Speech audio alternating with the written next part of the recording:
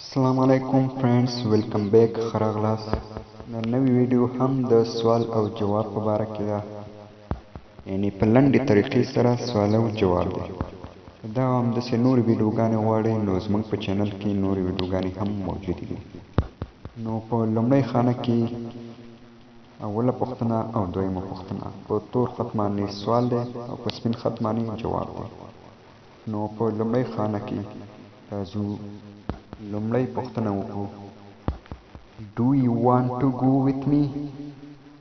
Do you want to go with me? آیا غواړې له ما سره لاړ شې؟ آیا غواړې له ما سره لاړ شې؟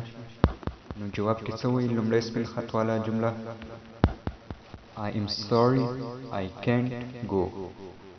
I am sorry I can't go.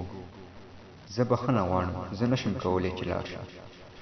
زه بخښنه غواړم زه نشم کولی چې لاړ شم.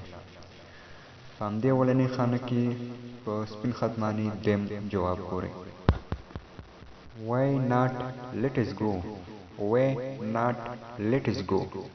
ولې نه ځه چې ځو ولې نه ځه چې ځو اوس راځو دویم سوال ته په دویمه خانه کې په تور خط باندې دویم سوال Tell me where is he?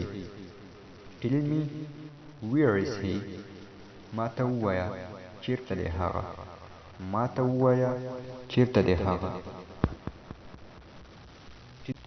Tell me where is he?